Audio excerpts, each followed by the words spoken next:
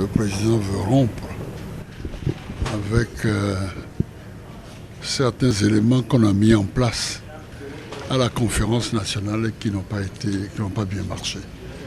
Donc il faut faire très attention à la composition de cette commission-là. C'est important, sinon on donnera pas à certains organes, comme on ne le voit dans aucune constitution du monde, et ils sont tout puissants.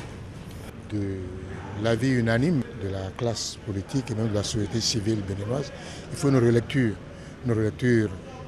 de notre constitution, une relecture des lois organiques et une relecture même de notre code électoral. Il y a beaucoup de choses à faire et nous souhaitons vraiment que cette commission travaille d'arrache-pied pour que dans un délai assez bref, le Bénin sache à quoi s'en tenir au point de vue des institutions.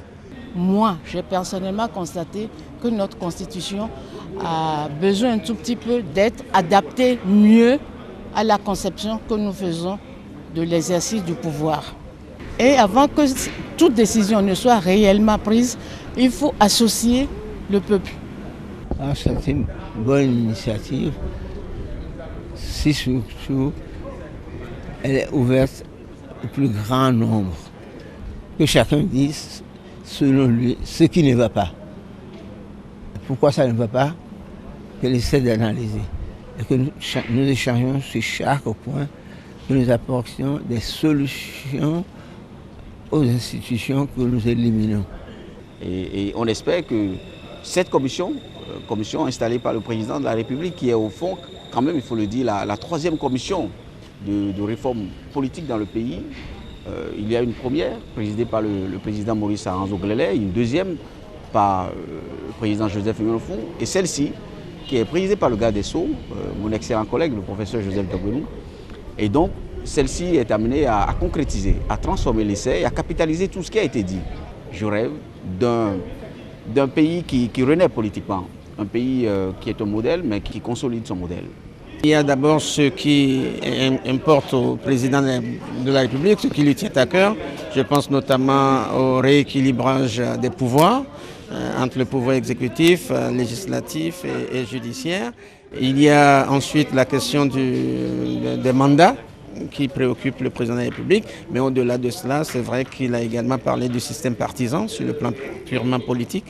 Et donc, en dehors de ça, je pense qu'il y a nécessité de réfléchir, par exemple, sur des choses tout aussi symboliques, importantes, notamment la concentration des élections dans une période donnée de l'année, ce qui suppose peut-être, pourquoi pas, une harmonisation des mandats, afin que tous les 5 ans, on consacre 3 mois, voire 6 mois maximum aux élections et que le reste de l'année du mandat soit prévu pour travailler pour l'intérêt du Bénin.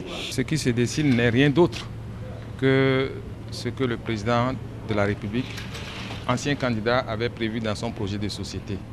Les réformes institutionnelles, il les avait annoncées.